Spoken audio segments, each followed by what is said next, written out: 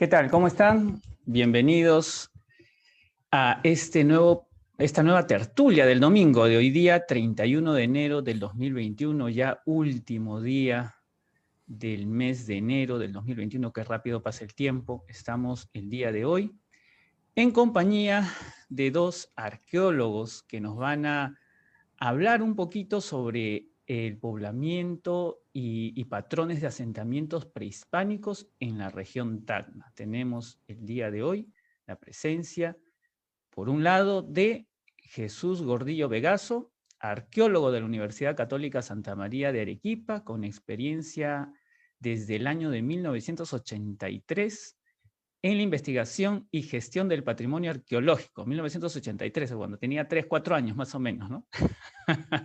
Gestor de la puesta en marcha del Museo de Sitio de Peañas y la puesta en uso social de los petroglifos de Micuya, en Tacna. Ojo. Director del proyecto de catastro arqueológico de Tacna, autor de investigaciones y publicaciones de varios artículos científicos sobre la arqueología de los valles Yungas y de la precordillera de la región de Tacna, desde el periodo formativo hasta la época Inca. Ha realizado investigaciones de arqueología histórica en la Casa Bolognesi en Arica, Casa Inclán, Casa del Cacique Ara y la Casa Basadre. Se ha desempeñado como consultor externo en la dirección de la investigación científica de la Universidad de Tarapacá, Arica, Chile, consultor de la revista Chungará de la UTA, consultor externo para la elaboración de varios proyectos culturales y turísticos de inversión pública, donde resalta el proyecto de puesta en valor del sitio Inca Moqui, Actualmente dirige el proyecto arqueológico Moqui. Muy buenas tardes, Jesús. Hola, Carlos, ¿qué tal? Nuevamente para retomar la conversación pendiente, porque Nos quedamos el cortos. domingo pasado nos abocamos solamente a la ciudad y nos Así es. olvidamos un poco de hablar sobre todo el proceso histórico de los asentamientos desde la época prehispánica hasta la época colonial en Tacna, ¿no? Estoy un Así poquito es. afónico. No, Así que sí, mucho yogur helado, uvas heladas, sí, eso me ha pasado un poco de factura. Entonces, pero suele ya me pasar. estoy recuperando, Carlito, ya me estoy Muy recuperando. bien, muy Bastante bien. kio, bastante Ah, kio. ya está muy bien. Y también tenemos la presencia de otro arqueólogo, un gran representante de la arqueología también por acá. Estamos con Aldo Bolaños Baldassari, arqueólogo de la Universidad Nacional Mayor de San Marcos, en la ciudad de Lima, con especialización en temas de paisaje y patrimonio. Miembro fundador y director de la Asociación Arqueología para el Desarrollo, en el año 1994 a 1999, y miembro fundador del equipo peruano de antropología forense, entre el año de 1997 y 2007. Cuenta con especializaciones en temas de paisaje y en temas de medio ambiente y ordenamiento territorial. Actualmente es director del Observatorio Andino de Paisaje. Ha participado en la elaboración de diversos planes de manejo de la gestión del patrimonio arqueológico, como la de Cuelap y alrededores, en el plan de manejo para la postulación como Patrimonio Mundial de Chanquillo. Durante el 2018 coordinó la formulación de usos compatibles de suelo y de unidades de tratamiento paisajístico en la Reserva Arqueológica de las Líneas y Geoglifos de Nazca y Palpa para el Ministerio de Cultura. Participó del proyecto Perú Sur en la Quebrada de los Burros con Daniel Levalle y Michel Julien entre 1994 y 2009. Es investigador principal del proyecto Moqui Perú, dirigido por Jesús. Aldo, muy buenas tardes y después de años nos volvemos a ver. Aldo, ¿tu micro está apagado? A ver. Listo. Ahora sí. ¿Qué tal, Carlos? ¿Qué Muchas tal? gracias, gracias por esa presentación. Es un honor para mí estar con Jesús, un investigador tan reconocido a nivel nacional y a nivel regional, como no, y estar contigo después de tiempo que nos conocimos en el proyecto Moqui por intermedio de Jesús, que justo conversamos, que tú eres un entusiasta joven, ¿no? Estudiante, si mal no recuerdo, en esos momentos de últimos Claro. años, y ahora ya todo un profesional aquí embarcado en esta tarea del territorio, del paisaje, ¿no? De la discusión de nuestro devenir, tomando la historia como un fundamento que nos permita mirar hacia adelante, ¿no? Así que para mí es un honor estar aquí con ustedes y compartir con todo el público tacneño y nacional e internacional que seguramente nos estará también escuchando. Ok, muchísimas gracias, Aldo. Sí, pues después de años, literalmente después de años Así es. que no nos veíamos, ¿no? Sí, pues era la época cuando yo todavía era estudiante. Yo ya tengo casi 10 años de ejercer la profesión, más los otros años de haber salido, es unos cuantos añitos nomás. Y nosotros éramos más jóvenes también. Ya nos vas a alcanzar, Carlitos, no te preocupes. Ya nos va a No te alcanzar y entusiasmes. nos va a pasar. No, sí, Vas ya a me han pasar. dicho. Ya me han dicho ya que sí, ¿no? Los arqueólogos tienen la receta para mantenerse De la jóvenes. momificación, como te decía. Bueno, la sesión pasada con Jesús nos quedamos pues conversando de muchas cosas porque realmente cuando nos juntamos hablamos horas, literalmente. Pero lo que hoy día nos junta en esta tertulia es básicamente este tema sobre el poblamiento y patrones de asentamientos prehispánicos en la región y en la zona de Tacna. Y bueno, y un poquito, Jesús, no sé si nos podrías introducir en este tema. Esto básicamente es un conversatorio, es una tertulia. Hagan de cuenta que estamos tomando un cafecito sentados en una mesa, en un café, con esa soltura, ¿no? Esto es básicamente así de informal, y seguramente cuando alguien haga alguna consulta haremos una pausa para absolverla, en caso se dé, ¿no? Sí, sí, Carlos. Sí, sí. Todos los cuentos comienzan con érase una vez. No, no, Aldo, érase una Así vez. es, así es, así es. Claro, érase una vez en Tacna hace 10.000 años, ¿no? Ajá. 9.000 años. Que hubieron grupos de cazadores, recolectores, que caminaban por las punas, transitaban por las quebradas entre la puna y los valles de la precordillera y bajaban hacia la zona Yunga y de ahí hacia la costa, ¿no? Era un tránsito de cientos y miles de años.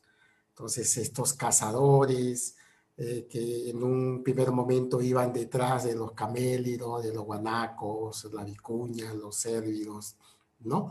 Entonces, que era su presa principal para el alimento, buscando canteras para elaborar sus instrumentos líticos para poder cazar estos animales, en el trayecto recolectando algunas raíces, frutos para alimentarse, etcétera, ¿no? Y de esa misma manera ir conociendo el paisaje.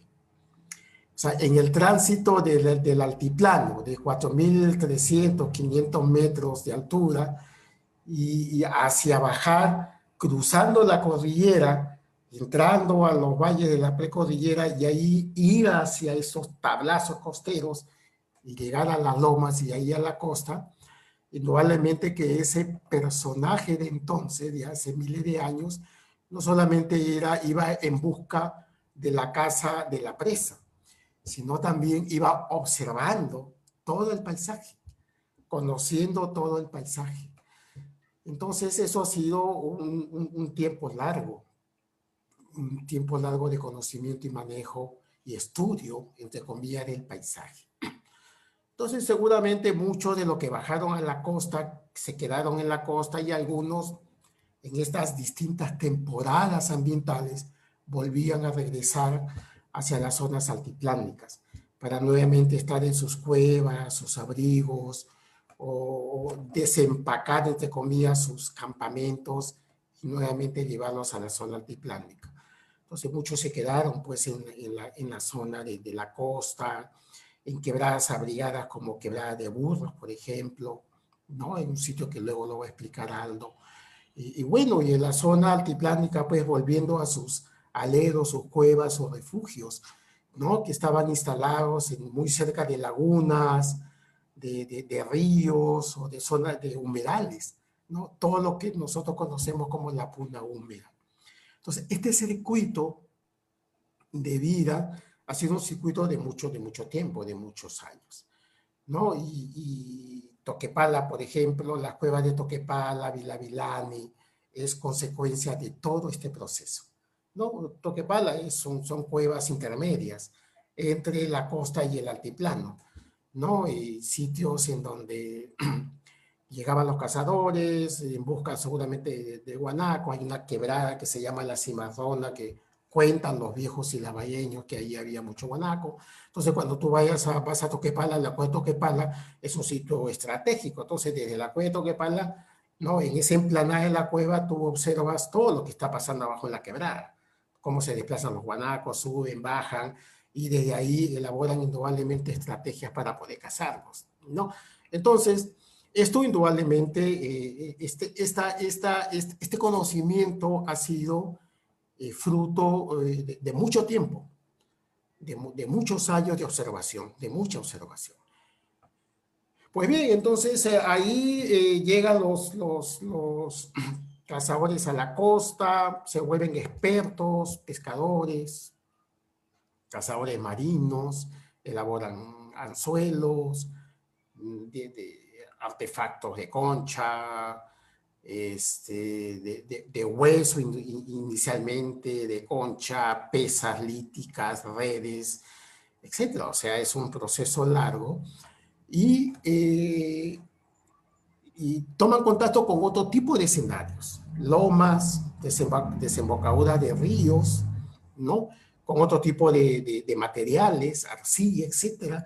Y al parecer comienzan a conocer un poco la cerámica, la cocción de la cerámica, aparece un nuevo periodo que nosotros lo conocemos como formativo, experimentación de la agricultura, y bueno, de ahí en el altiplano se están generando otros fenómenos sociales también muy interesantes que de alguna forma han tenido relación y contacto con las poblaciones de la costa y se van conformando estos grupos sociales a nivel de aldeas inicialmente, formativo del altiplano un poco más elaborado, con grandes templos, etcétera. Entonces, y todo este trabajo de la domesticación de camélidos, básicamente, ¿no? Para el tema de la fiebre camelio.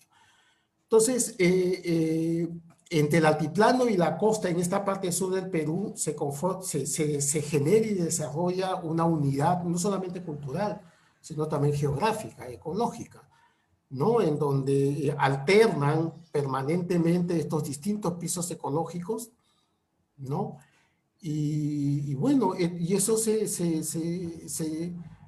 transforma a ver, una constante, donde la gente sube y baja permanentemente, ¿no? Bajando con recursos, con alimentos, ¿no? Igual suben igualmente con recursos y alimentos. Entonces, esta constante de estas poblaciones en el sur de Perú y sobre todo en los valles de Tacna, es una resultante no solamente de este proceso de desplazamiento de gente, sino también del manejo del paisaje. Entonces se convierte en una unidad, Carlos, en una unidad. Entonces no hay necesidad de que se generen grandes sequías en el altiplano para que la gente pueda ser expulsada, entre comillas, y bajar a la costa. No, eso es una unidad. Indudablemente que las sequías en el altiplano han generado de repente desplazamientos un poco mayores, pero ya la constante de esta relación altiplano-costa es una constante cultural, ¿no? Cultural, no solamente geográfica, sino cultural. Y eso hasta el día de hoy, con distintos matices, indudablemente. Entonces, en el altiplano aparece Apucara, aparece Tiwanaco, se van generando sociedades más complejas, bajan a la costa, los altiplánicos, tihuanacos, desarrollan la agricultura, encuentran gente ya en los valles de Tacna cultivando, haciendo cerámica, tejidos en lana, en algodón, etcétera, ¿no? Entonces, esta hegemonía tihuanaco con el tiempo decae y se generan los desarrollos regionales tardíos o yungas, como nosotros los llamamos, y en ese estar cultural de cosas aparecen los incas y llegan aquí. Entonces, más o menos ese es el panorama y la idea es ya conversar en detalle, ¿no? La manera como estos grupos sociales, ¿no? Se han adaptado al medio y cómo han ido modificando el paisaje, manejando el territorio, ¿no? Haciendo una lectura del territorio hasta llegar a la época inca. No vamos a meternos con el tema colonial porque ese ya es eso, otro asunto distinto, ¿no? Y el tema republicano igual, pero la experiencia de lo sucedido en la época prehispánica, indudablemente que nos pone en alerta de lo que sucedió más adelante. Entonces, más o menos es el preámbulo, Carlos. Ok, ok. Aldo, puedes, Bueno, sí, cómo no. Bueno, en primer lugar, para decir que todo lo que ha dicho Jesús es cierto. Y no porque yo sea un jugador de la historia, sino porque Jesús conoce muchísimo de la arqueología de Tacna y obviamente tiene el manejo el manejo, digamos, actualizado totalmente de todo el conjunto de las evidencias arqueológicas que sustentan los patrones de poblamiento que han habido en la región a lo largo del tiempo, ¿no?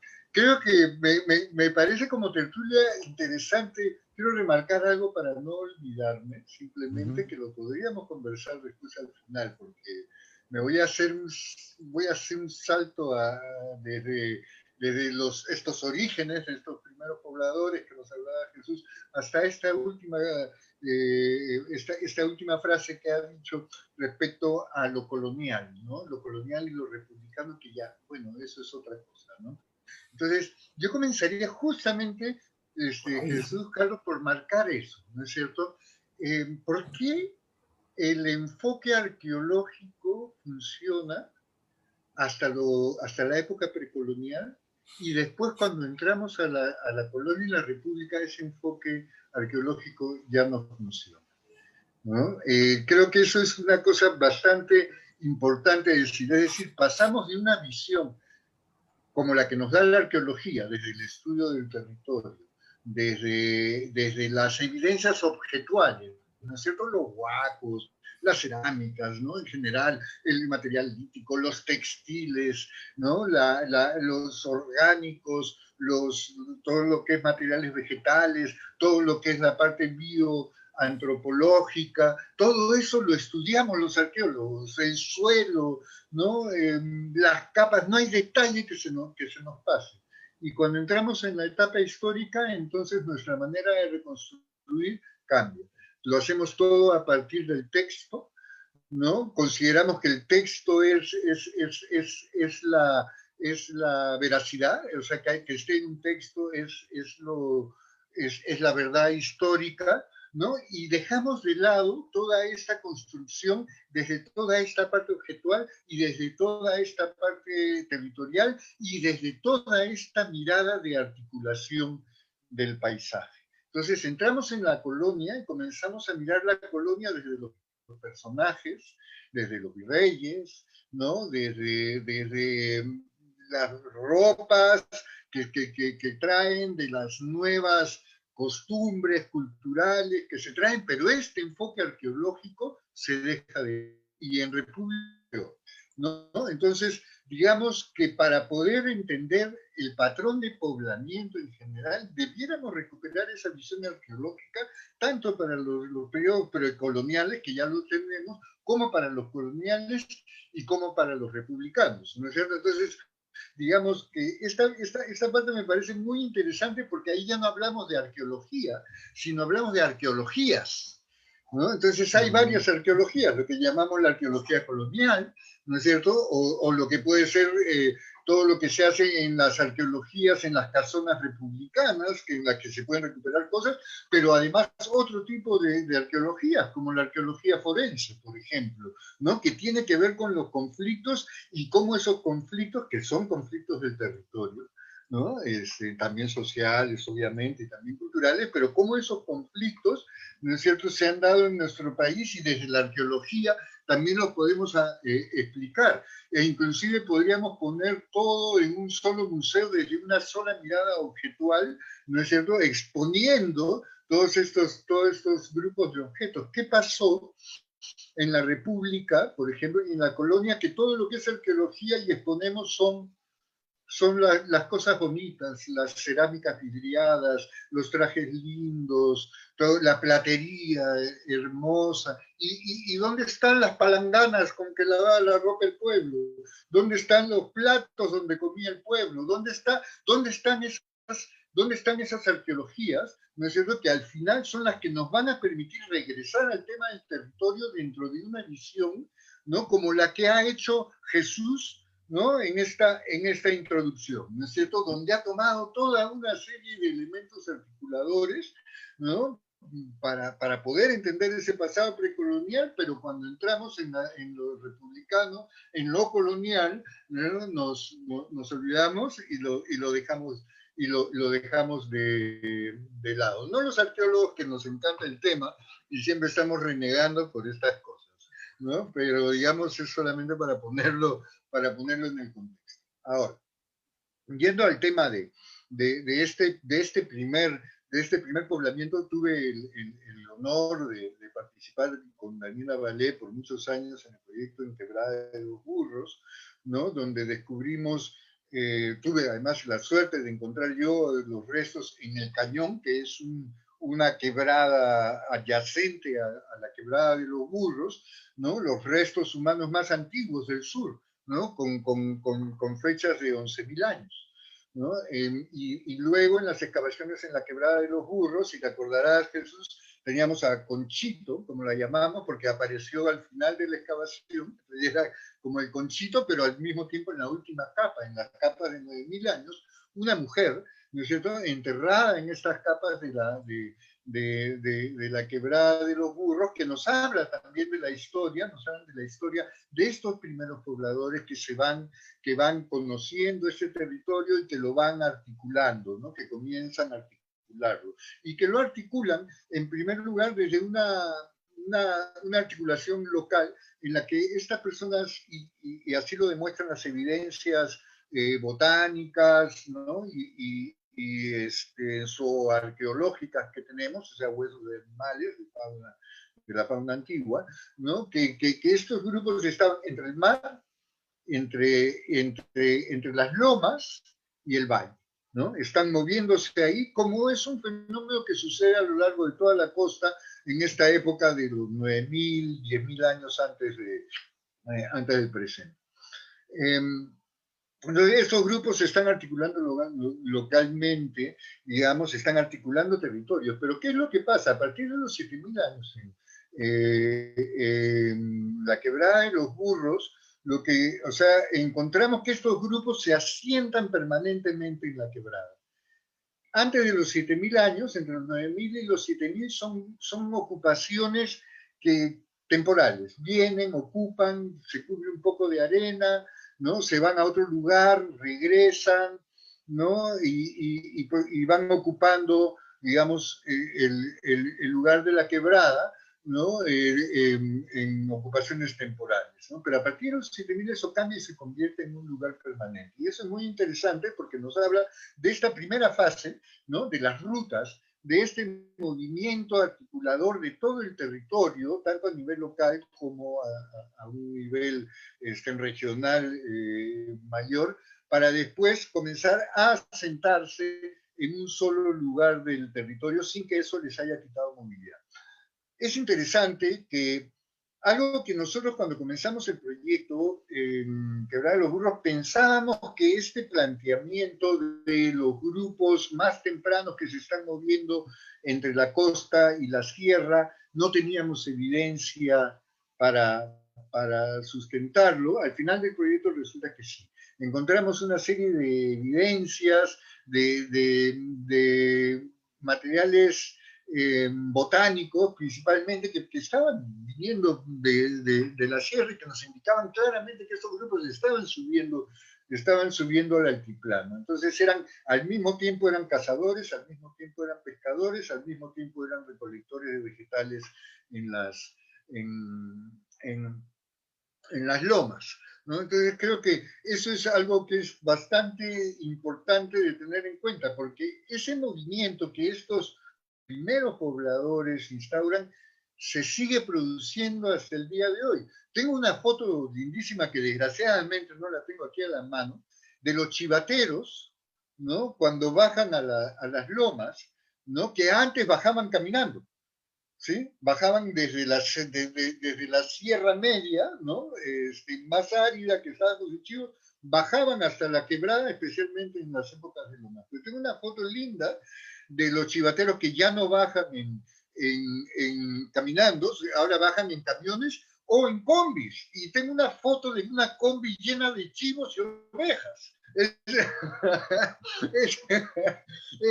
muy linda esa foto, realmente me encanta. Digo, bueno, el mundo cambian, los tiempos cambian, ¿no? Inclusive al punto que tanto cambian que ya en las combis no se manejan los humanos, sino bajan los chivos a las lomas, ¿no? Entonces creo que eso es algo bastante importante. Entonces, este movimiento entre costa, o sea, a nivel de costa, como digo, mar, o sea, litoral, lomas y valle, ¿no? Y articulado con la zona alta, es algo que se va a dar permanentemente. Y si bien los pueblos se van a asentar en algunos lugares, van a haber pueblos de la sierra y van a haber pueblos de la costa en épocas más tardías, digamos, siempre van a estar en permanente, en permanente contacto, porque la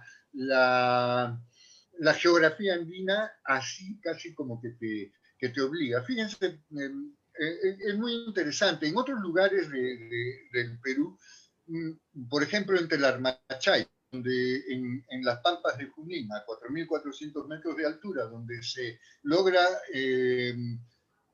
confirmar, ¿no? Confirmar que en esos lugares se descubre la agricultura, perdón, la ganadería hacia los 4.000, 5.000 años antes de Cristo. Estos grupos de cazadores tenían sus cuevas, pero no eran una cueva cualquiera, tenían toda una gama de cuevas. Tenían cuevas que eran campamentos de caza, ¿no? Tenían otras cuevas que estaban en el transcurso a lo que era el campamento base, ¿no? Entonces, en el campamento de caza, en la cueva de caza, cazaban en ese lugar seguro cercano a las lagunas, al hábitat natural donde estaban las vicuñas, donde estaban los guanacos, ahí cazaban, ahí beneficiaban al animal, ahí lo troceaban, ¿no es cierto? Lo descuartizaban y de ahí lo llevaban hasta el campamento básico, en su campamento base, ¿no? En una escala de cuevas. Ese campamento base podía estar en zonas más bajas, no necesariamente en la altura, en zonas más bajas de la sierra, donde tenían acceso a zonas más calientes y a plantas más calientes. Entonces, estos grupos de 9.000 años ya están manejando plantas. No son grupos salvajes, para nada. O sea, consideremos que están o sea, estos grupos humanos que pasan a América ya tienen un desarrollo, saben cómo hacer puntas, conocen la naturaleza, saben leer la luna, saben leer las estrellas, ¿no? Siguen a las bandas de animales, o sea, tienen un conocimiento importante. Entonces hay toda una tecnología de aprovechamiento del medio ambiente que estos grupos transhumantes, que es el buen nombre que tiene, van a comenzar a hacer una acumulación originaria del conocimiento. Y sobre esa acumulación originaria del conocimiento de esa geografía van a construir, ¿no? Las sociedades posteriores, ¿no? Que van a dar pie a grupos tan importantes pues, como los que han ocupado todo el litoral de lo que son los valles occidentales del sur, ¿no? Entonces creo que eso es algo que es bastante importante a tener en cuenta, ¿no? Entonces, y para terminar de esta parte, creo que esto que también mencionaba, que respecto al paisaje, es muy interesante, ¿no? Porque el paisaje es, como vamos viendo, el paisaje es más de lo que vemos, es mucho más de lo que vemos. Ahorita estamos hablando de Tacna y a mí me dicen Tacna y yo me imagino un paisaje, ¿sí? Porque el paisaje de algún modo siempre es arbitrario. Yo pongo los límites de qué es lo que estoy, ¿no es cierto? De lo que estoy viendo, de lo que estoy, digamos, percibiendo y a lo cual lo identifico como un paisaje. Pero eso es, digamos, en la primera instancia, eso es lo que veo del paisaje, pero dentro de eso, de lo que veo, hay muchísimas cosas que no veo y que a veces definen mucho más un paisaje que inclusive las mismas cosas que puedes estar viendo. Aunque eso seguramente hablaremos después. Creo que lo dejo por ahí porque si no ya es un rollazo. Sí, oye, yo creo, Carlitos, que esta segunda parte se va a quedar bien corta, oye. Hay mucho que hablar, Sí, definitivamente. Sí, claro, sí, lo que dice Aldo, claro, o sea, es un gran primer momento en donde se define prácticamente comportamientos y conductas de estas poblaciones, Ajá. ¿no? Aldo ha centrado más su explicación en el tema de la costa. Pero mientras en la costa sucedía todo lo que explicaba Aldo, en el altiplano sucedía cosas similares, claro. ¿no? Aldo tiene ahí un proyecto frustrado Sí, ¿Así? sí. para el Ve, tema de los asentamientos tempranos en la Sierra de Tacna, ¿no? Y bueno, o sea, en la Sierra de Tacna indudablemente hay cosas muy interesantes porque la distancia geográfica entre la costa de Tacna y la cordillera no es muy larga, es pequeña, no sobrepasa los 100 kilómetros. Entonces, el desplazamiento de gente entre estos dos espacios geográficos no ha sido mucho problema hacerlo. O sea, se ha dado, ¿no? Entonces, cuando nosotros llegamos a Alto Perú, llegamos todo lo que es la cabecera de Locum, de toda la cuenca de Locum o de Canarami hacia arriba, con Tacalay, y todos esos sitios también que nos conoce Saldo, y las alturas de Tarata con Mamuta y todos estos asentamientos tempranos de este sitio, o para la zona de las cabeceras de Caplina, sobre todo con todo este complejo rupestre y temprano de Vilavilane, ¿no?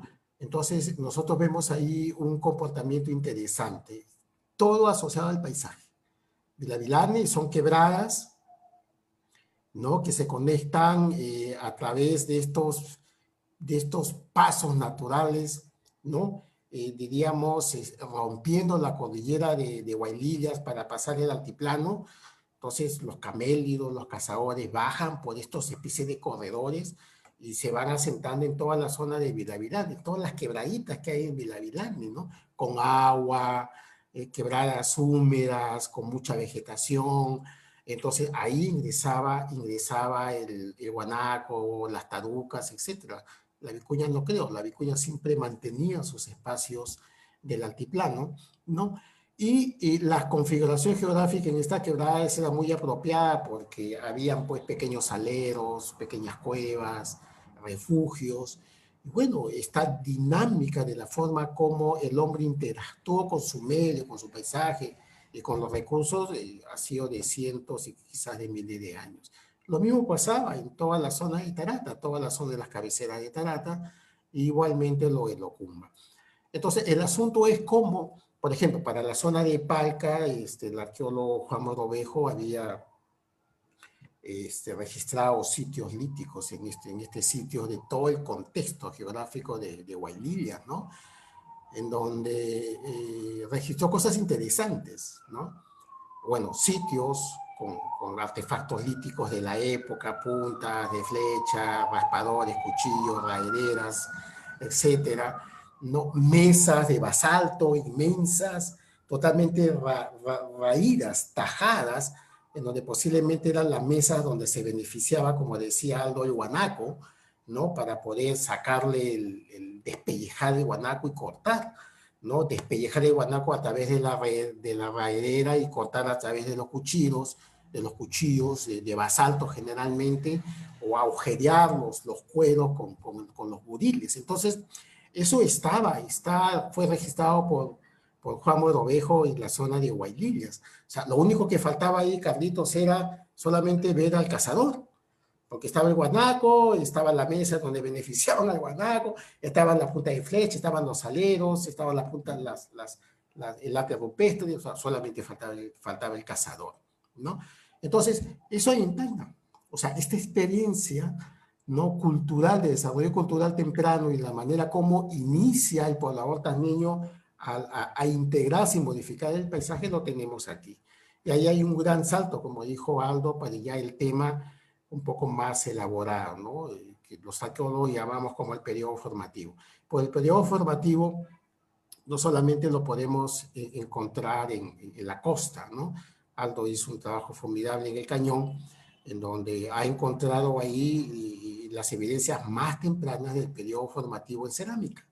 La cerámica más antigua hasta la fecha en el Cañón ha sido encontrada por Aldo, ¿no? Entonces, o sea, no solamente, como decía Aldo, estamos hablando de pescadores, cazadores, recolectores, ¿no? Cazadores de lobos y todo lo que se hacía en ese momento y lo que se hace ahora, sino también había gente que estaba elaborando cerámica, muy Sí, temprano. mira, Jesús, Sí, permíteme, permíteme, permíteme hacer aquí un pequeño paréntesis para remarcar dos cosas, y que tiene que ver con esto que comenzaste planteando de esta articulación de los territorios que estos primeros pobladores ya hacen, ¿no? En primer lugar, eh, Micuya, tan importante en la arqueología de Tacna, y lo hemos visto juntos, hemos estado juntos en el lugar. Sabes que yo tengo una hipótesis al respecto, ¿no es cierto? O sea, en Micuya hay canteras, hay canteras líticas de material lítico para la elaboración de puntas de flecha.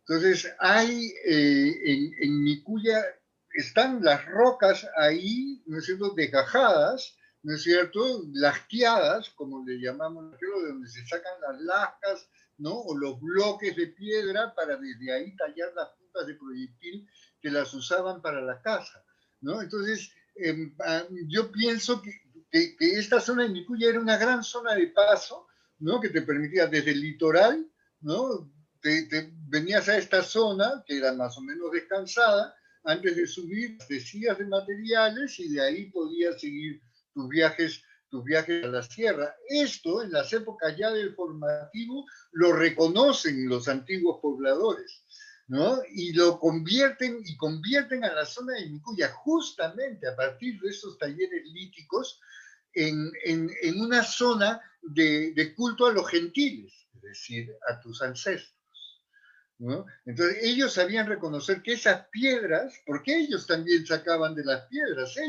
esta gente del formativo seguía tallando piedras, entonces ellos sabían que esas piedras habían sido utilizadas por gente mucho más antigua que ellos y lo reconocen como un lugar de ancestros, ¿no? Entonces, entre la ubicación estratégica que tiene el lugar de Micuya, con esta característica que le da, digamos, esa base para ser un lugar de culto ancestral, ¿no? Conforman, digamos, la base cultural para que pueda tener una continuidad a lo largo del tiempo como un lugar sagrado, ¿no? Como un paisaje sagrado. Y que dicho sea de paso, ¿no? Para poder entender bien esta zona de Micuya hay que entenderla visualmente, porque los paisajes, Carlos, tú bien lo sabes como arquitecto, hay que entenderlos visualmente, ¿no? Tienen un conjunto de relaciones visuales y cuando analizan las cuencas visuales y cuando analizan los patrones de intervisibilidad entre Micuya con otras zonas un poco más alejadas del valle, pero que son zonas de recursos o zonas donde han habido también otros poblamientos, entonces Micuya comienza a adquirir otros significados más allá de un simple lugar donde llega la gente a tallar piedras, porque quién sabe por qué. No, no, eso tiene todo un sentido y un sentido que se basa además desde los orígenes de los pobladores de Tacna, ¿no? Desde los orígenes más antiguos. No podría decir una fecha exacta para eso, pero que son de los antiguos cazadores en algún momento, sí. Es una zona que yo creo que comienza a ritualizarse desde esos antiguos cazadores. Es una zona donde, digamos, se expresa esa articulación del territorio y que a lo largo del tiempo se va a expresar la articulación del territorio, porque en Micuya encuentras expresiones de la sierra como expresiones de la costa, ¿no? De fauna, de grupos o de simples símbolos e iconos que se usan más en la costa y otros que se usan más en la sierra, ¿no? Entonces creo que eso es, en Micuya por eso adquiere un papel súper importante, ¿no? Como un lugar que núclea, ¿no? Todas estas todas estas ocupaciones y que se va a convertir en el lugar simbólico para todas las ocupaciones que van a venir posteriormente a lo largo de las diversas etapas de la historia precolonial, ¿no? Creo que eso es un tema importante que no debemos dejar pasar. Con Jesús, además, estamos en campaña para mirar también como mundial, no solamente Toro Muerto, ¿no? Que pensamos y creo que es una oportunidad también de discutirlo, porque eso tiene que ver con la forma en que nos asentamos en el territorio en la actualidad, ¿no es cierto? Con estas declaraciones de lugares de paisajes arqueológicos o de paisajes culturales, ¿no? Yo creo que este planteamiento de Arequipa con Toro Muerto como patrimonio mundial, creo que es totalmente válido, pero solo y aislado no funciona, es un sitio más. Funciona en relación a que tenemos un lugar también como Micuya, o que tenemos que tenemos otros grupos de lugares muy grandes de arte rupestre también en el Perú central y en el Perú norte, ¿no? Entonces yo me enfocaría más en una declaración de ruta rupestre del Perú como un lugar simbólico único en el mundo de las expresiones rupestres, que solamente una declaración provincial. Y entre los argumentos estaría esta mirada de ser, en el caso de Micuya, es una singularidad el hecho de que tengamos estos talleres líticos que nos permiten hablar de un culto a los ancestros, o sea, como digamos el motivo del culto a los ancestros en el lugar. Claro, yo lo veo preocupado, Carlos, porque el tema más está relacionado al tema del proceso de asentamiento. Pero sí, tienes toda la razón, Aldo. Micuya es un tema muy puntual, muy interesante, ¿no? El tema de su cronología también lo habíamos conversado contigo y con Gori, Tumi en alguna oportunidad. Y sí, Micuya es un mosaico no solamente cronológico, sino cultural. En Sí. cuanto a los tipos... Déjame interrumpir solamente un segundito, Jesús, para decirte una cosa. Yo entiendo a todos los tiempos juntos. O sea, cuando veo el territorio, entiendo todos los tiempos juntos. Está el pasado, está el presente y está el futuro en el territorio. Está siempre junto. Entonces, para entender el poblamiento, o sea, si intentamos entender el poblamiento del pasado, es para entenderlo en el presente. Es decir, todos esos procesos de poblamiento que estamos conversando ahorita, entre los cuales Micuya es uno de ellos, ¿no? Tienen que ser entendidos en sus relaciones con el conjunto de los elementos que están en el territorio en la actualidad. Obviamente, la base es conocer cómo funcionaron en el pasado para rescatar sus atributos, ¿no? Y conservarlos y hacerlos partes del devenir actual. ¿Cómo no? Pero, digamos, cuando tratamos estos temas,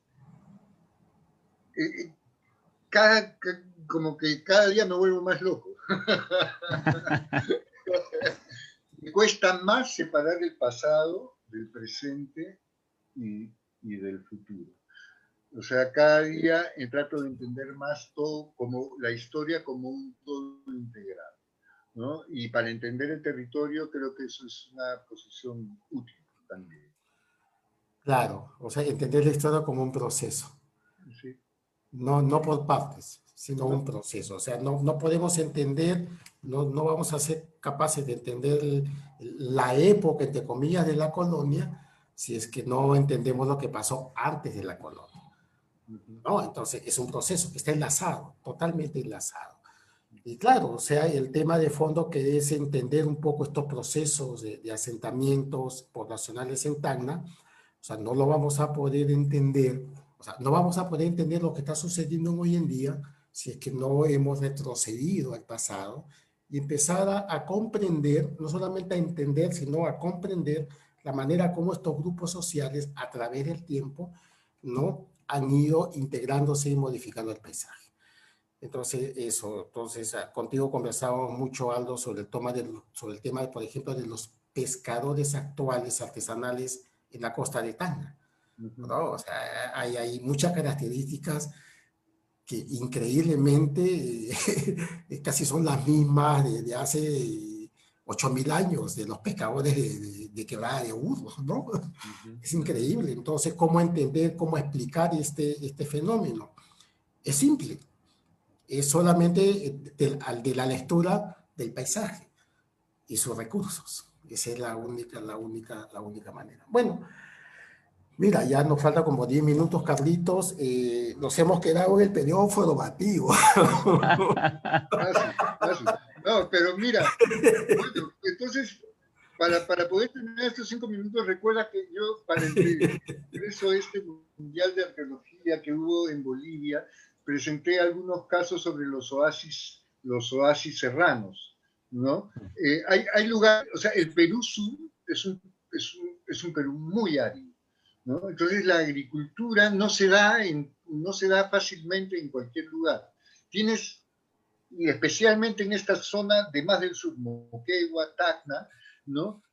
Tenemos como hondonadas, Tarata es un caso típico, son como hondonadas, ¿no? O Locumba en Borrogueña, ¿no? Donde estuvimos trabajando en Moqui, ¿no? Son como hondonadas que están rodeadas por nevados, de donde corre agua, ¿no? Y las sociedades antiguas han logrado hacer esos lugares oasis fértiles a partir de una infraestructura agraria, ¿no? Maestra, ¿no? De maestría, ¿no? Hoy día seguimos viviendo en los mismos lugares. Y si no fuera por esa infraestructura que construyeron estas personas antiguas, no habría Tarata, no existiría Tarata. Si no fuera por esos andenes, no existiría Tarata. Esos andenes siguen siendo el sustento de Tarata, siguen siendo el sustento de Borrogueña, siguen siendo el sustento de muchos otros lugares, de muchos otros lugares acá. Entonces, esa construcción que se hizo en la época prehispánica es aún condicionante de la forma de vida contemporánea. ¿No? Claro. Creo no equivocarme, ¿no, Jesús? Sí. Contigo hemos conversado cuando estuvimos en el sitio de Pucara, en Tarata, y ni modo, pues en Moqui, y un poco ya estamos entrando al tema final, ya a los minutos finales.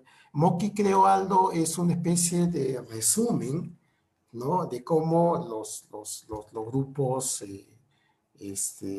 tagneños, prehispánicos, pudieron concebir el tema del paisaje, indudablemente bajo todos los términos políticos, económicos, que manejaron los incas durante el Tahuantinsuyo, ¿no? El formativo fue básicamente un periodo de adaptación al medio, de un manejo más racional del paisaje, donde no solamente se da en los quebraditas que bajan al litoral, sino también en los valles medios, ¿no? En los valles medios. Encontramos sitios tempranos, formativos, en el Valle de Sama, ¿no? En el mismo Vicuña, en el mismo Caprina con el Atajo, en Sama igual también hay unos trabajos que estuvo realizando algunos arqueólogos, colegas americanos, ¿no? En la zona de Locumba, en el mismo San Antonio, con estas formaciones de túmulos que son de ese periodo, asociados a las cuencas hídricas. O sea, hay un manejo ya interesante con conexiones con el altiplano, ¿no? Hasta ya con este contacto del periodo medio con Tiwanaku, ya sabemos todo el proceso de Tiwanaku con cerca de 400, 500 años de presencia en estos valles costeros, ¿no? Una vez que se retiran ellos, aparece todo este fenómeno yunga regional y que ya son los asentamientos diría, muy vinculados al paisaje, que ya son los que encuentran los incas. Y Moqui resume, de alguna manera, Aldo, esa relación, ¿no? del grupo humano con el paisaje, ¿no? Recuerda, Moqui está ubicado en una zona muy alta, entre dos quebradas, entre dos ríos, ¿no? Sectorizado con una zona baja, una zona alta, una zona de servicios, una zona, de, digamos, de privilegio, ¿no? Conectado a un camino, ¿no? Con un área, un paisaje agrícola muy interesante, donde posiblemente está ahora asentado Borogueña, y estuvieron las coltas y los depósitos, no sé si te acuerdas, Aldo, y que ahí se asienta el asentamiento nuevo de Borogueña, y la zona de Cambaya hacia la parte baja, que se han encontrado también algunos cementerios ahí. Entonces, y es un sitio casi estratégico entre la costa y, o sea, casi está en la falda de la precordillera, porque Moqui está a 2.800 metros sobre el nivel del mar. Entonces, si nosotros cogemos simplemente en el Google una regla o estiramos una línea, vamos a ver que entre el altiplano y la costa, Moqui casi está en el centro. Entonces, hay una ubicación estratégica de Moqui. Entonces, la estrategia de la ubicación de sitios administrativos es parte del manejo del paisaje. Pues bien, no sé, mira, me he tenido que saltar hasta Moqui porque no, el sitio ya no podíamos terminar la reunión, porque realmente hablar ya sobre el mismo fenómeno formativo, Aldo, que ahí tienes tu trabajo de investigación sobre el periodo formativo, que lamentablemente Tacna no lo conoce mucho. Yo creo que también la arqueología peruana no lo conoce mucho. Es una oportunidad para que nos puedas explicar más adelante, no sé si ahora o en otra oportunidad, todo este fenómeno del periodo formativo de asentamientos que están en la costa, Sí. ¿no? Cómo interactúan con esta actividad marítima, con las quebradas con agua, con las lomas y con las desembocaduras de ríos, ¿no? Es todo un fenómeno interesante, y sí estuvieron conectados con las poblaciones formativas que venían del altiplano, ¿no? Eso es un tema muy, muy interesante. El otro tema es el periodo medio, que es la presencia de la población tiwanaco en nuestros valles. Hay un artículo que escribí con Iván Muñoz precisamente sobre este fenómeno. Es un tema larguísimo también para entender, en el caso de Valle Caplina, ¿no? Para entender todo este proceso de la formación de los asentamientos humanos en el valle. Bueno, Pues en bien, todo caso, no sé, sí, Carlitos, creo sí, que sí. nosotros lamentamos realmente, Carlitos, de que, Creo que hablé No, mucho, ¿no es cierto? no te hemos todo, dado oportunidad de conducir el todo, tema, todo lo contrario, todo lo contrario, todo lo contrario. La pero verdad, Estos bueno, tertulianos son pero bravos. son tertulias, Carlitos, esas son tertulias, ¿no? Ojo que ¿cómo? las tertulias no tienen tiempo, Claro, no tienen El café. lugar, y no tienen nadie que te moleste, ¿no? Esas son las exacto. No, no sé si ustedes me lo permiten. De acá a un par de semanas quizás nos podemos volver a juntar y continuar, ¿no? Para que esto no quede, porque hay varias cosas, o sea, como una saga, como una como saga. una saga, yo creo que sí, ¿eh? Sí, sí, Porque sí. han dejado con el dulce en la boca, ¿no? Más bien, antes hay algunos comentarios que no quiero dejar pasar, que han estado haciendo, bueno, Thalía nos saluda, Dylan también manda aplausos, Brigitte, bueno, hace un comentario, así rapidito, a ver, de repente lo podemos contestar. Algunos petroglifos, perdón, pareciera que hubiesen sido hechos con láser, ¿verdad? Nos pregunta, bueno, asumo yo por cómo han sido cortados, ¿no? Miguel Cabrera Arana nos indica adaptación al medio ambiente y modificación del paisaje, definitivamente, no adaptación al medio ambiente. Mi cuya es hermoso, nos dice Brigitte. Talía hace una pregunta. Buenas noches, arqueólogos Jesús Gordillo y Aldo Bolaños. Yo quiero hacer una pregunta. ¿Cómo se podría plantear en la ciudad de Tacna un paisaje propio en sus espacios públicos que estén acorde a esta nueva sociedad? ¿Qué propuesta se podría dar? Wow. Bueno, ese es justamente el tema, ¿no? Aldo, ese es un tema de los arquitectos, asesorados por los arqueólogos. No, creo que ese justamente ese es el tema, ¿no es cierto? Claro, ¿Qué enseñanzas nos dejan los patrones de poblamiento precoloniales, ¿no? Para no cometer los errores que ellos pudieran haber cometido antes y para aprovechar, ¿no es cierto?, lo que sí supieron hacer bien para nosotros tener una mejor ocupación? Ahí he escuchado que está entre los participantes Miguel Cabrera Arana. Un saludo para él, arqueólogo de Capañán, también fanático tacneño, muy amigo también de Sí, Jesús, ya, un excelente arqueólogo. Y dentro de poco lo vamos a nacionalizar como tameño a Miguelito. Así es, así es.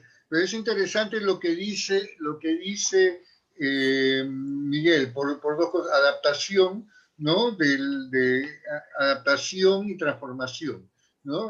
Creo que eso es bastante importante. El paisaje, el paisaje se produce, ¿no? Una de las formas de producir el paisaje es con construcciones, pero el paisaje, yo más porque los arqueólogos llaman mucho al medio construido, ¿no? O sea, llaman a ¿no? El ambiente construido, ¿no? Lo diferencian del natural, ¿no? Pero para mí, como arqueólogo, para mí es el ambiente producido, porque no solamente construye, produce, se establece lugares, simboliza, significa lugares, ¿no? Y entonces haces una producción, haces la escenografía de tu vida, la escenografía de tus expectativas, las vuelcas en ese paisaje, que es lo que vas a producir. Y con respecto a la adaptación al paisaje, claro, la adaptación es fundamental, pero es uno de los pasos de la negociación, digamos, del paisaje. No solamente te adaptas a él, sino que le exiges también al paisaje, le pides y negocias de algún modo con el paisaje. Y eso es lo que hicieron los antiguos: negociaron con el paisaje en una zona árida como es Tacna. Lograron tener unas culturas notables, ¿no? Al punto de tener cosas como el mismo Micuya, ¿no es cierto?, o como Moqui, ¿no?, u otros lugares, ¿no es cierto?, que son lugares importantes, notables, y que ocupan un lugar en el espectro de la arqueología, digamos, de la arqueología, a pesar de esa aridez, ¿no? A pesar de eso, se conversa con el medio ambiente, no se le impone, ¿no?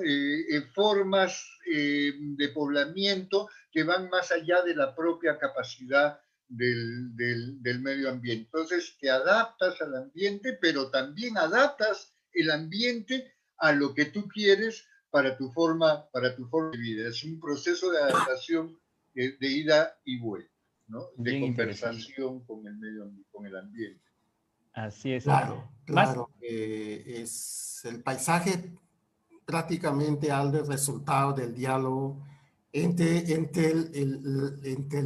la población, el grupo social y el territorio, ¿no? De ahí nace básicamente todas las condiciones del paisaje, que es el resultado de la modificación del territorio. así es. Hay algunas otras Esta consultas. pregunta la pregunta de la chica, como de Brigitte, creo, sobre Micuya, que se los hacían con láser. Claro, ese ya, bueno, ahí hay que llamarlo a Gori, pues, para que él responda a esa pregunta. Pero bueno, en Es un Micuya raspado simple y sencillo. claro, hay varias técnicas Así es. de la elaboración del grabado, ¿no? Sí, Hay el raspado, el delineado, el picado, el golpeado, etcétera. Entonces, Micuya, de acuerdo, creo yo, a todos los procesos cronológicos por los cuales ha pasado Micuya, yo creo que las técnicas creo que están asociadas a estos procesos cronológicos también. En Micuya hay bellísimos grabados, muy bien tallados, que responden indudablemente a la calidad artística y técnica del artista, entre comillas, de esa época en Micuya. Pero bueno, claro. Micuya también es un tema aparte, Es un tema totalmente distinto. Anda notando, Carlitos, hay varios temas que mira, Eso tenemos Creo todo que ya el tenemos año, para todo el año. conversarlo todo el Para todo año, el año. y como vamos a tener pandemia todo el año, o sea, tenemos temas para Hay una pregunta que ha hecho Talía, conozco, mucho gusto Talía, que me parece importante y creo que Jesús está en unas lindas condiciones para contestarla, pero sí me gustaría decir algo con respecto a cómo debiera ser este aprovechamiento, ¿no? Este patrón de asentamiento de la ciudad actual de Tacna, ¿no? Tomando en cuenta estas experiencias históricas.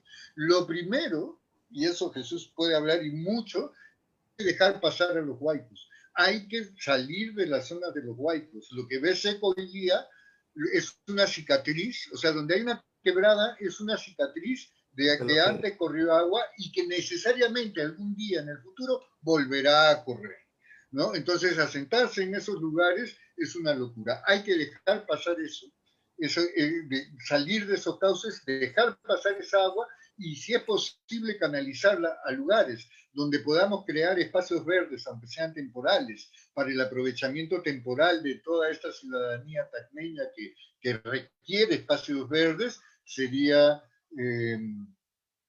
maravilloso. Eso es una cosa. Y dos, hay que respetar la duna. Hay que respetar las dunas, hay que respetar las arenas. No son terrenos desérticos donde tú puedes hacer lo que te da la gana. No, es una ecología frágil, es una ecología llena de vida, es una ecología de una dinámica permanente. No es un desierto muerto, no es un desierto muerto. Y su símbolo hermoso, el símbolo hermoso de estos desiertos peruanos son sus dunas, son sus arenas blancas. Esas arenas y esas dunas blancas hay que respetarlas, hay que ponerlas en su lugar, ¿no? Y hay que hacerlas parte de la vida y de la identidad del pueblo tacneño, creo yo. Hay otras preguntas, a ver, para continuar. Bueno, está el de Talía. Carlos Farfán. ¿Qué tal, Carlos? Interesante el tema. Me gustaría saber de qué manera adudo un factor, la presencia de los volcanes y las grandes apachetas en la sierra. No entiendo muy bien la pregunta, pero tiene que ver con el tema de los volcanes y las grandes apachetas, si tienen algo que ver, asumo yo, con los asentamientos, ¿no? quizás la relación de las rutas, de los caminos, porque las apachetas están vinculadas a las rutas, a los caminos, los volcanes como espacios sacralizados. Siempre estos espacios sacralizados orientan, direccionan estas rutas. En Tacna hay varios ejemplos. Hay rutas que están orientadas hacia el Huaylillas, por ejemplo, ¿no? Tacora, Chuquipiña. Hay una ruta ahí muy conocida, la ruta Inca de Huaylillas, con una serie de apachetas impresionantes que se conectan a lo que ahora es territorio chileno y nuevo boliviano, ¿no? Que es este camino Inca que va de Caplina, Palca, Huaylillas, Santiago de Machaca, y que va a salir por la zona sur de Desaguadero. Y es el camino que va hacia el noroeste argentino, ¿no? Por las cabeceras de la cuenca de Sama, es el que se conecta a la zona de Hilaria, Puno, que también enlaza con el camino, que va en la zona bordeando toda la zona occidental del lago Titicaca, ¿no? Y el de Locumba, que se conecta también con el mismo camino, ¿no? Va pues por toda la cuenca de Locumba, entra Curibaya, Candarave, Vilacota, Loriscote en Puno, y ahí también va a salir a la zona de Puno. Sí. Ese es un tema en el cual me han invitado a hablar para el 19 de febrero. Sobre rutas Inca, ¿no? Es un tema maravilloso también, Aldo, muy interesante. Nos tienes que dejar el enlace en los comentarios. Entonces, yo creo que la inquietud de Carlos Farfán va en ese sentido, ¿no? El tema de la relación de los caminos, apachetas y todos los espacios sacralizados como volcanes o montañas, ¿no? ¿no? Entonces, en Tacna, Carlos, tenemos estas evidencias. No han sido muy estudiadas, realmente no están muy estudiadas. El proyecto Capañá tiene algunos registros. En lo personal no me he dedicado exactamente a este tema, pero ahí las evidencias están. O sea, si alguien quisiera dedicarse a hacer este tipo de trabajos para estos elementos, componentes arqueológicos, ahí está. Muy bien, continuamos. Raúl Aldana, Raulito, felicitaciones, nos dice, queremos más, ya, perfecto. Antes de continuar, entonces, de acá a 2 semanas, el 14 de febrero, 14 de febrero. No lo diga. ¿Qué les Pero parece? ese tiene que ser invitación con pareja.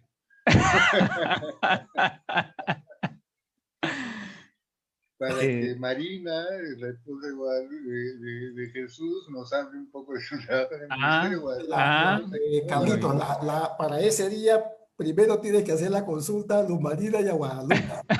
Efectivamente, sí. Uy, ya. Vamos a hacer las consultas. Ya, listo. Vamos a ver. A ver, vamos a continuar con las preguntas. Están escribiendo más. A ver. María Esther. Ah, no, me pasé. ¿Queremos más? Ya. Romuald House. Un abrazo desde Francia. Asumo yo que desde Francia. Hola, Romuald. Romuald, saludos. Un abrazo. De ahí Miguel Cabrera Arana, un abrazo para ustedes. María Esther Morales, felicitaciones, gracias por tan importantes y didácticas intervenciones, lo que nos permite conocer mejor nuestro Perú antiguo, que de alguna manera esas experiencias influyen en nuestra actualidad. Así es, María Esther, gracias. Raúl también nos manda, nos indica, el desierto también es parte del patrimonio, el desierto también es patrimonio, nos dice. Jimmy José Ponce, saludos para Aldo, apasionado siempre. ¿Se nota? Y un abrazo. Y Romuald nuevamente nos escribe, hay que aumentar los trabajos sobre el tema de los pucaras en las zonas de Tarata y Zitajara. Mira, el caso de Romualdo. Hola, Romualdo, grato saludarte y nuevamente reiterarte la felicitación por tu doctorado. Romualdo House es un arqueólogo francés que ha trabajado hace algunos años en Tacna, ¿no? En la zona de los pucaras, de la precordillera de Tarata, Zitajara, Susapaya. Es un sitio también en el cual hace mucho tiempo trabajé. Y la contribución de Romualdo es muy importante porque de alguna forma nos ha ayudado a entender todo este fenómeno de las ocupaciones de los asentamientos del periodo intermedio tardío en las cabeceras de los valles de Tacna, en este caso para la zona de Tarata. Hemos tenido muchas conversaciones con Romualdo, con Aldo también, hemos discutido si es que realmente son pucaras o no, el proceso de la integración de estos pueblos a través del fenómeno hídrico, del agua, etcétera, ¿no? Si es que realmente se han generado los conflictos que se han dado, que se dieron siempre para la zona de Puno, con los pucaras clásicos en Puno, en la intención de ir definiendo territorios productivos, bueno, se generaban todos estos conflictos. Entonces, el aporte que ha hecho realmente Romualdo es importantísimo para acá. No, Romualdo, esperamos que pronto que su tesis sea traducida al español y la podamos tener en Tacna y la podamos leer, ¿no? Reiteradas felicitaciones. No te preocupes que cuando venga vamos a seguir conversando. Nos has dicho que vas a venir pronto, Romualdo, o sea, te vamos a esperar. Sí, además Romuald tiene un valor especial porque además de eso nos puede enseñar mucho, porque dentro de sus especialidades él trabaja dentro de lo que se conoce como arqueología del paisaje, ¿no? Sí. Que tiene toda una serie de digamos, formas particulares de trabajar, ¿no? Que sería muy importante tenerlo acá. Yo también, como Jesús, Romuald, por favor, regresa, ven y a cambio, puedes trabajar a cambio de un picante de la tacneña.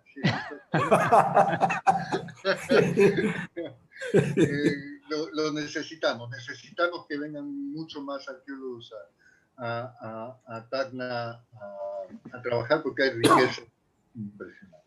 Sí, vamos a ¿cómo se llama? A comprometer, en todo caso, cada vez que vayamos haciendo esta saga, la vamos a convertir así en partes, y de repente también pues nos pueden, porque por ejemplo para Moki han intervenido pues un montón yo recuerdo que había un montón de profesionales del extranjero que han venido a trabajar en este proyecto, ¿no? Uh-huh. Y bueno, entonces voy a solicitar de manera formal el permiso a sus respectivas esposas el día del 14 de febrero para ver si se puede. Porque sí, claro, es 14 de febrero también, ¿no? Supongo que cada uno tendrá pues sus actividades muy, muy particulares. Pero en todo caso, si no es el 14, ya sería el 21.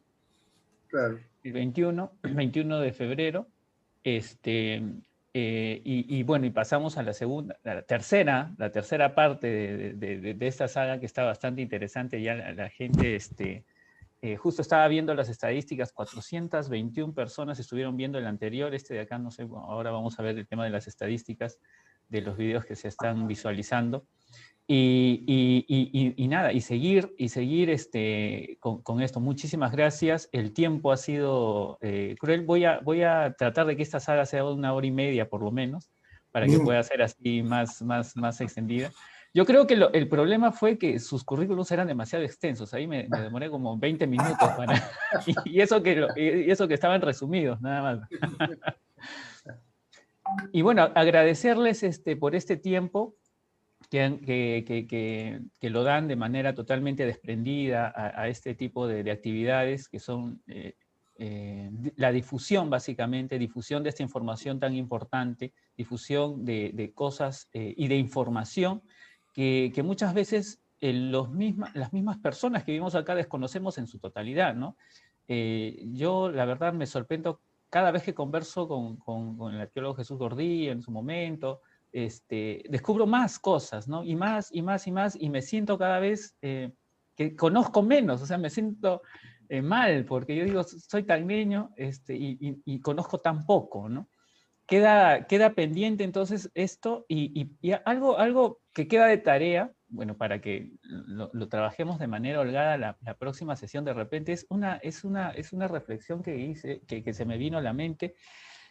Aldo hablaba sobre Vicuña como prácticamente un polo de desarrollo en algún momento, ¿verdad?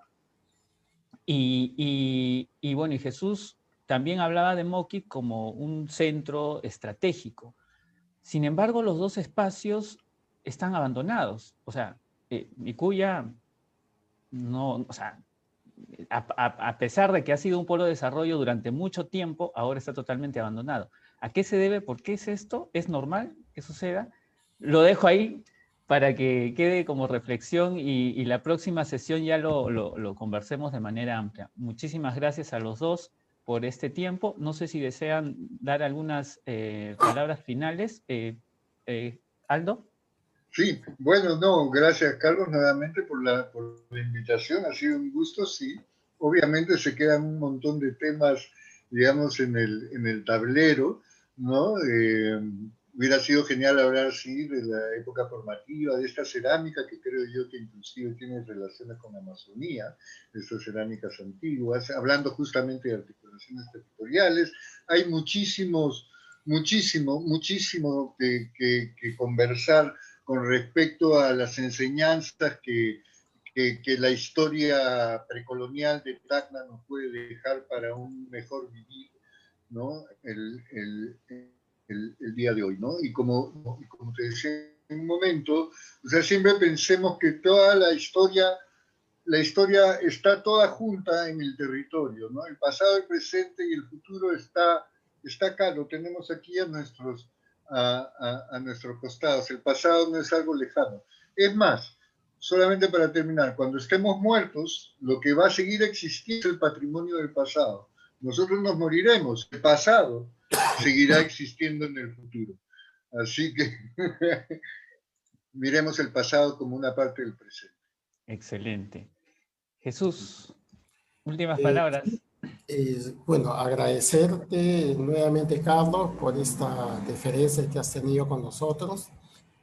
Y bueno, solamente decir que estamos viviendo en el desierto, o sea, Thailand es parte del desierto, o sea, si cualquiera que sube a Google y ve a Tana solamente a partir de los 1000 metros de altura hacia abajo, va a ver que es un desierto. Entonces tenemos que acostumbrarnos y aceptar que realmente estamos en un desierto y como dice Aldo, todos los asentamientos humanos desde la época temprana prehispánica hasta la época inca, por ejemplo, esos grupos la tuvieron muy, muy clara, ¿no? O sea, ellos de alguna manera se incorporaron a este paisaje, a este territorio desierto, ¿no? Y transformaron el territorio en un paisaje. Entonces, de eso tenemos que ser conscientes. Mira, hasta hace poco, hace una semana, tuve la oportunidad de ser jurado de tesis de Cristian Gámez, que no sé si te acuerdas, Aldo, de Cristian Gámez, un arquitecto de Antofagasta. Sí, Creo que estuvimos estuve esa en el temporada, proyecto. estuvo con nosotros un par de días en Moqui. Sí, Cristian es un arquitecto, creo que te comenté también, Carlitos, es un arquitecto que trabaja mucho con todo lo que es arquitectura patrimonial de Antofagasta, y él ha hecho su tesis sobre la tipología de los asentamientos Ayllu en San Pedro de Atacama, un trabajo buenísimo, ¿no? Y leyendo el trabajo de Cristian entendí realmente, ¿no? O sea, cómo es vivir en un desierto. Y más aún el desierto de Atacama, que es el desierto más seco del mundo, creo. Bueno, eso dicen los especialistas. Entonces yo creo que tenemos que aprender a vivir en el desierto. Y Carlos lo sabe bien porque su proyecto de vida es estilo en el desierto. Así es, así es. Eso lo sabe bien. Entonces, reiterarte las gracias, Carlos, y bueno, yo creo que podemos continuar con las tertulias más adelante, no solamente ahora en febrero, en esta fecha, sino, no sé, hay varios temas que lo podemos ir tocando más adelante. El tema de Micuya, que lo propuso Aldo con la postulación, que es un tema, Aldo, que ya lo hemos estado viendo, ¿no? Lo hemos estado viendo, dando vueltas contigo, con Gori, y sí. bueno, entonces yo creo que es importante retomar ese tema, ojalá que las autoridades se interesen, ¿no? Y hablar sobre Moki de repente en una sesión muy especial. ¿Por qué? Porque tú has sido parte, Carlos, de Moki. Así es. Aldo, pues es investigador principal en Moki. De repente invitarlo a Luchito Dávila, Claro, de todas ¿no? Que maneras. también parte de Moki, a la geóloga Carmen Román, un poco nos hable también sobre su experiencia del trabajo de investigación sobre la geología en Moki. Entonces, Carlitos, tienes una agenda larga, o sea, no te preocupes. Gracias, Carlos. Tenemos para rato entonces. Bueno, muchas gracias a los dos y no se vayan, por favor. Voy a cerrar la sesión de hoy día y nos quedamos en interno. Antes de cerrar, la próxima semana, el domingo 7, va a estar con nosotros dos exfuncionarias de COFOPRI, ya que hace unos días salió el reglamento de la ley 31056, ley que amplía los plazos de la titulación de terrenos ocupados por posesiones informales y dicta medidas para la formalización. Estamos hablando de un reglamento que va a regularizar o va a titular terrenos ocupados de manera informal. Positivo, negativo, va a tener mucho que hablar. Vamos a discutir con dos exfuncionarias que estuvieron con nosotros ya en sesiones anteriores. Una de ellas es la arquitecta Sandra Sánchez, y nos van a decir qué es lo que opinan ellas. Ya no están trabajando en COFOPRI, así que sin pelos en la lengua nos van a decir qué es lo que va a pasar ahora con este reglamento de la ley 31056. Algunos dicen que van a premiar a los informales, ¿no? Que han estado ocupando terrenos de manera informal. Otros dicen que será una medida que ayudará en cierto modo a que se formalicen los que de repente están en precarias condiciones viviendo en estos sectores. Pero bueno, vamos a discutirlo largamente seguramente el domingo 7 de enero a la misma hora y por el mismo canal, bueno, en la misma página. Muchísimas gracias, Aldo, Jesús, y muchas gracias a todos los que estuvieron conectados el día de hoy. Ya los he mencionado, a Carmen Rosa también, que está mandando saludos. Felicitaciones por el encuentro de arqueólogos tan experimentados. Saludos para todos, de manera especial para Aldo, amigo de larga data. Bueno, muchísimas gracias. Romuald House dice que ya va a venir, parece, está poniendo gracias, sí lo espero, así que va a estar con nosotros. Listo, muchísimas gracias a todos y nos despedimos el día de hoy en otro domingo de tertulia. Con ustedes, Carlos Chalco se despide hasta una próxima oportunidad. Muy buenas tardes.